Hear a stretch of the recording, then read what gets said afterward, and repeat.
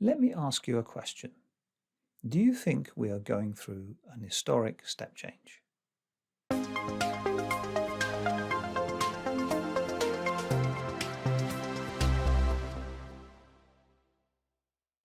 What do I mean by this?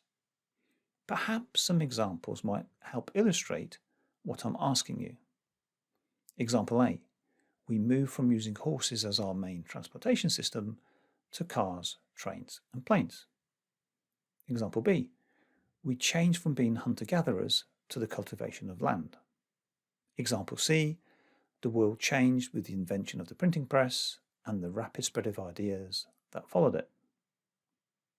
We can look back in time to identify specific events that caused major ripples to spread through years and decades. Once we experienced these occurrences in history, there was no going back. Sure, there are some exceptions, such as the rare tribes still following the hunter-gathering way, and horses can still be found in transport. But what we're talking about here is civilization impacting changes and at scale. So what about now? Right now? Right now in the here and now? What do you think? Are we experiencing a step change? I'll give you a clue. Remember Henry Ford and this production line system for making cars? Again, as an exception, we have Formula One cars that are technological marvels, but they don't fit the production line methodology of mass production. On their own, they're not impacting the human civilization in a big way. So I don't just mean technology and neat stuff. What I'm thinking about is something fundamental. Facebook, Google and Microsoft have found a Henry Ford type idea and they are exploiting it to its fullest extent. There is no going back for them, in the way that Henry Ford could not unlearn mass production. They can't forget the efficiencies and opportunities afforded to them by exploiting big data. It is not a question of if you will be working in similar ways, but when. The longer you wait, the bigger the disadvantage in terms of competing in the market. The data multiplier effect is waiting for you. The Holy Grail of making better predictions is here. The step change we are talking about is having the confidence in future events, such as, will we sell more of this car and less of that truck, and therefore we can be more efficient in allocating our resources. We will know this important information ahead of time.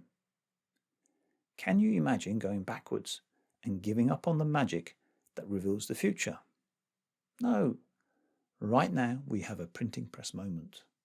Hold on tight. We're going to experience many changes. We are in for a ride.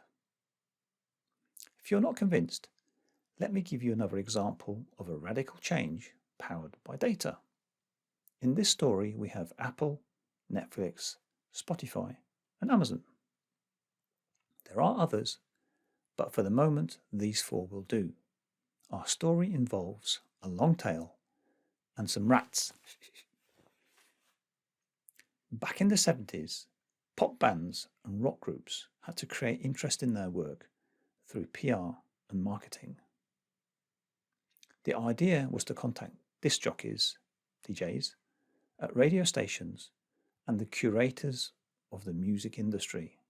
By this we mean anyone who would talk about music or had the influence over which music was played on radio or TV.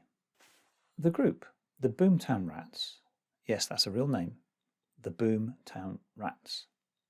They sent 1,000 dead rats in formaldehyde to DJs across the US. This trick spectacularly failed and upset many people. You're trying to get people to like you and to talk about you in a positive way. The exact opposite happened. Let's unpack this story. The music industry was controlled by opinion makers. By this I mean reviewers, journalists and DJs. To succeed, you needed to win over these people who could help boost your notoriety to get sales of your music records.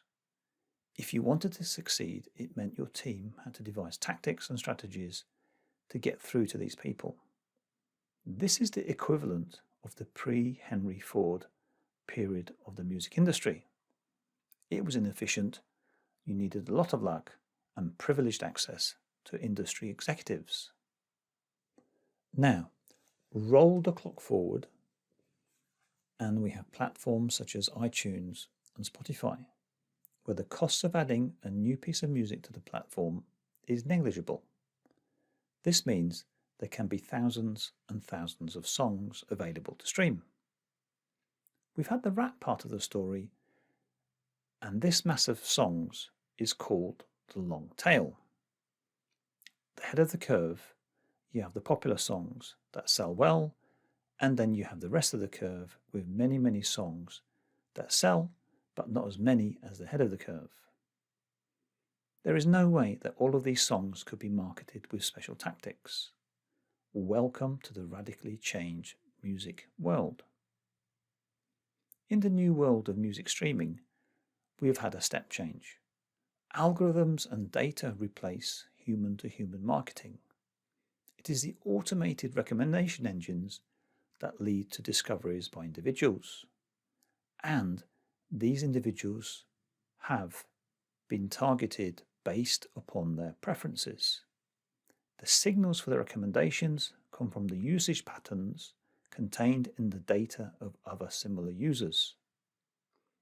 We have an unseen world of AI working with data in a robotic manner. The entire ecosystem and economy runs without the traditional music industry executives. Netflix operates in a similar way and goes even further by determining the types of content they should be creating. More than this, they even work out which actors will fit better with the audience preferences. The old way of doing things is quickly disappearing into the rear view mirror. So you see, the movie and music industries have been changed radically, and there is no way to go back. Your data, my data, everyone's data is shaping a new and very different world. You too will play a part in this new world, if you're not already doing so. In the next lecture, we will take a look at how our data can be used to support or manipulate us. Thank you.